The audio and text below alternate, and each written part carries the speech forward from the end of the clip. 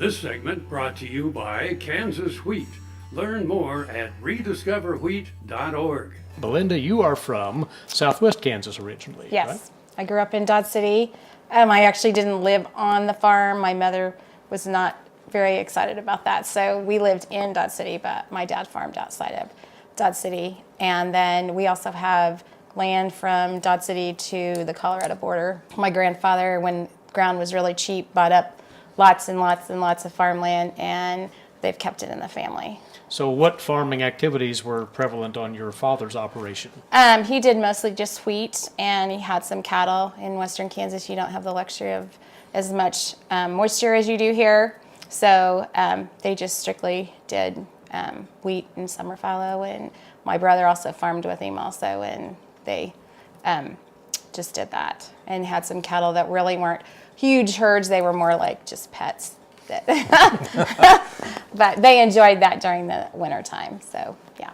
So how did you end up in Rice County then? I came here to teach school, and the lady that was the minister's wife at the time taught at the same school I did, and said, I have a guy you need to meet. And so that's how I got to Rice County, and I like it.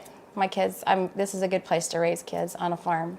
You continue to teach now. I do, yes, in Lyons. Kindergarten? Kindergarten. This is my 24th year of teaching. I took 12 years off to stay with my kids, so which I don't regret at all. So, yeah, and we made that decision because it was what was best for our kids. Let's talk of the operation here in Rice County then.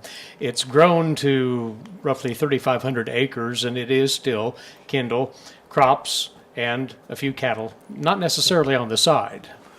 Right. Really, as I look over the years, our numbers of cattle haven't changed that much. That's pretty much dictated by how much summer grass we have. When I was young, we had a section of grass we had 120 cows on. Cows are much bigger now. I've got 80, and that's a little too much, so we have more pastures, but about the same number of cows we've always had. And we've not gone too far outside of that until just recently. Tanner and I bought some calves, came out of Tulsa, and we're feeding them, so that's a little different operation for us that we've not done in the past. Your cropping enterprises, though, they are diversified into themselves, right? When I grew up doing conventional farming, we had 2/3 of our crop in wheat. Now, I would say 1/3 or less than that is wheat now, most recently because the economics of wheat have not been very good. We've increased our soybeans dramatically.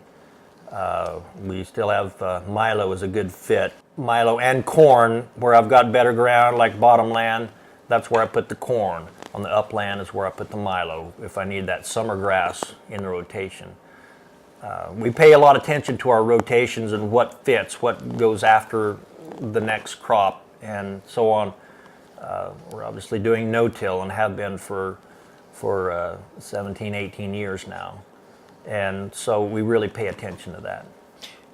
You mentioned no-till. You were involved at one time in a crop residue alliance. You might talk about that, Kendall, a little bit. Well, that was an interesting group. It was kind of a fun group.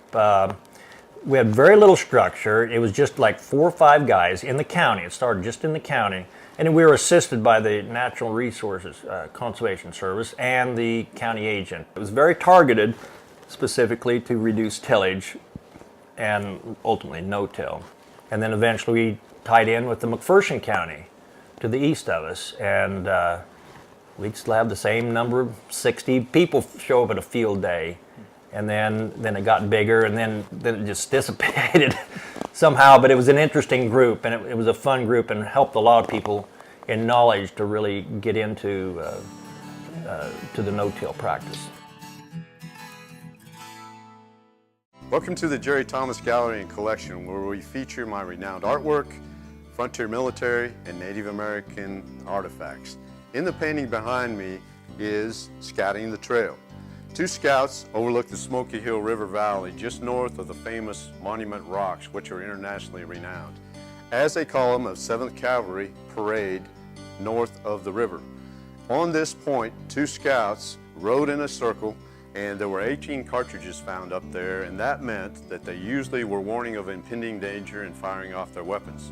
One of those weapons I feature in the gallery, a Spencer weapon, which we featured in the painting.